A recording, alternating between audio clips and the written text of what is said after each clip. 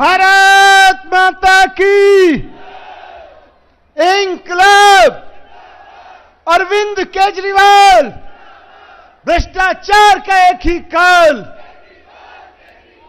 बहुत बहुत धन्यवाद दोस्तों।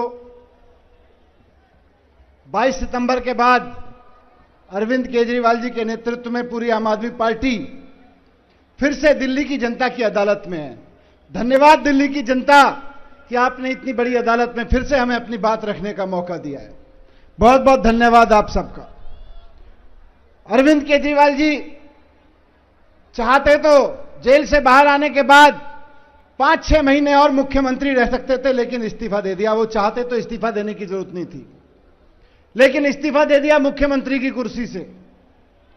मैं भी जब सीबीआई मुझको गिरफ्तार करके ले गई थी, डिप्टी सीएम था, एजुकेशन मिनिस्टर था, शिक्षा पे काम कर रहा था। जेल से बाहर आया तो वापस डिप्टी सीएम बन सकता था, वापस शिक्षा मंत्री का काम संभाल सकता था, लेकिन नहीं, मैंने भी मना कर दिया कि अभी डिप्टी सीएम नहीं बनना है। ये लांछन लेके इस तरह का जो बीजेपी ने लांछन लगाया है, इस लांछन का आधा जवाब तो कोर्ट से आ गया है और आधा जवाब जनता से आ जाएगा। ये लांछन लेके सीएम और डिप्टी सीएम की कुर्सी पे नहीं बैठेंगे। अगर अरविंद केजरीवाल जी ईमानदार हैं और दिल्ली की जनता ये कहती है कि अरविंद केजरीवाल जी ईमानदार हैं, तो सम्मान के साथ वापस जाके सीएम की कुर्सी पे बैठेंगे और फिर काम करेंगे तन मन धन से। अगर दिल्ली की जनता ये कहती है कि अरविंद केजरीवाल जी काम करने वाले व्यक्ति हैं, तो जनता मोहर लगाएगी अरविंद केजरीवाल जी के काम करने वाले काम पे, और फिर केजरीवाल जी जाके मुख्यमंत्री की कुर्सी पे बैठेंगे अगले चुनाव के बाद। अगर मेरे ऊपर दिल्ली के लोगों को भरोसा है कि यह आदमी शिक्षा मंत्री बनेगा, मनीष सिसोदिया शिक्षा मंत्री बनेगा, हम इसको दोबारा शिक्षा मंत्री चुनते हैं, तब मैं जाके शिक्षा मंत्री की कुर्सी पे बैठूंगा, नहीं तो नहीं बैठूंगा। अगर दिल्ली की जनता मोहर लगाएगी तो बैठेंगे। इसलिए जनता की अदालत में सर, मैं जनता की अदालत के साथ साथ पदयात्रा में भी जा रहा हूं, पूरी दिल्ली में पदयात्राएं कर रहा हूं। हर जगह पदयात्राओं में मुझको लोग मिल रहे हैं। लोग बताते हैं कि जब से केजरीवाल जी मुख्यमंत्री बने उससे पहले कई लड़के मिलते हैं मुझे, कई लड़कियां मिलती हैं, महिलाएं, कि जी हम तो उत्तर प्रदेश में रहते थे, हम तो राजस्थान में रहते थे, हम तो मध्य प्रदेश में या उत्तराखंड में रहते थे, बिहार में रहते थे, लेकिन जब से केजरीवाल जी मुख्यमंत्री बने हमें बिहार में, उत्तर प्रदेश में रहते हुए लगा कि हमारे बच्चों का भविष्य वहां नहीं, केजरीवाल जी की सरकार में भविष्य मिलेगा, इसलिए हम दिल्ली आ गए। उन लोगों का यह कहना है, सर दिल्ली के लोगों का कहना है, मैं पदयात्राओं में लोगों से मिलता हूं कि अगर केजरीवाल जी मुख्यमंत्री नहीं रहेंगे तो हमारे बच्चों की शिक्षा का क्या होगा। ये दिल्ली के लोग पूछ रहे हैं मुझसे पदयात्रा में। मुझसे दिल्ली के लोग पूछ रहे हैं पदयात्रा में कि अगर केजरीवाल जी मुख्यमंत्री नहीं रहेंगे तो हमारे बच्चों के स्कूलों का क्या होगा, अस्पतालों का क्या होगा, फ्री बिजली बिल का क्या होगा, जीरो बिजली बिल जो आते हैं उनका क्या होगा, जो महिलाओं के लिए जीरो टिकट कर रखा है, फ्री बस यात्रा कर रखी है, उसका क्या होगा, बुजुर्गों की मुफ्त तीर्थ यात्रा का क्या होगा अगर केजरीवाल जी मुख्यमंत्री नहीं रहेंगे। ये लोग पूछ रहे हैं। इसलिए लोग अंदर अंदर संकल्प पैदा कर रहे हैं कि आने दो चुनाव, बता देंगे मोहर लगा के कि हमारे केजरीवाल जी ईमानदार भी हैं और केजरीवाल जी से ज्यादा कोई काम भी नहीं करता है। दिल्ली को तो केजरीवाल जी चाहिए, क्योंकि लोग जानते हैं कि अगर अरविंद केजरीवाल जी नहीं रहे तो जिस आदमी का बिजली का बिल अभी जीरो आ रहा है, कई कई हजार रुपए आने लगेगा, जिसके स्कूल बर्बाद हो गए, सरकारी स्कूल बर्बाद हो जाएंगे और प्राइवेट स्कूल 10 गुना फीस कर देंगे। लोग जानते हैं इस बात को। लोग जानते हैं कि केजरीवाल जी के बिना मोहल्ला क्लिनिक बंद हो जाएंगे, बसों में यात्रा महिलाओं की बंद हो जाएगी, और 6 महीने केजरीवाल जी को जेल में भेज के भारतीय जनता पार्टी ने एक तरह से पिछवाड़े से, पिछले दरवाजे से शासन चलाने की कोशिश की, एलजी वाले रास्ते से। लोगों ने देख लिया कि अरविंद केजरीवाल जी को जेल में डाला 6 महीने के लिए, दिल्ली की सड़कों पर आफत आ गई है। केजरीवाल जी को जेल में डाला 6 महीने के लिए, दिल्ली के सीवर और पानी में दिक्कत होने लगी है। केजरीवाल जी को 6 महीने के लिए जेल में डाल के दिल्ली के लोगों, बीजेपी ने डाला तो दिल्ली के लोगों को लग गया कि बिना केजरीवाल दिल्ली बेहाल। बिना केजरीवाल दिल्ली परेशान, ये दिल्ली के लोगों को आज लग रहा है। आज फिर अरविंद केजरीवाल जी आ गए हैं। तो मैं पदयात्रा में जाता हूं, लोग कहते हैं भैया मेरी गली खराब थी लेकिन मुझे पता है केजरीवाल जी आ गए अब तो ठीक हो ही जाएगी, केजरीवाल जी आ गए अब तो हो ही जाएगा। लोग मुझे समस्या बताते हैं, मैं पूछता हूं बताओ क्या है, बोले चिंता मत करो हमको पता है केजरीवाल जी आ गए अब तो हो ही जाएगा। तो लोगों को उम्मीद है कि अब केजरीवाल जी आ गए तो हो ही जाएगा, और जब थोड़ी बहुत कसर रह गई है उसको हम मुख्यमंत्री बना के वापस पूरी कर लेंगे। थोड़ी सी बात मैं इस मंच से आज देश के प्रधानमंत्री नरेंद्र मोदी जी को भी कहना चाहता हूं। मोदी जी, आपने आम आदमी पार्टी के कई नेताओं को एक एक करके जेल भेज दिया, झूठे आरोप लगा लगा के जेल भेज दिया।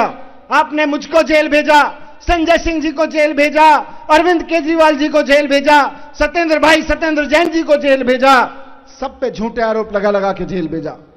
और सिर्फ दिल्ली पुलिस नहीं, आपने सिर्फ ईडी सीबीआई नहीं, income tax, Delhi police, ED CBI, जो भी आपके पास एजेंसी है मोदी जी, आपने सारी एजेंसियों को बस एक काम पे लगा रखा है, आम आदमी पार्टी को तोड़ दो, केजरीवाल जी को खत्म कर दो। केजरीवाल जी को कैसे खत्म किया जाए, सारी एजेंसियों को इन्होंने इस काम पे लगा रखा है।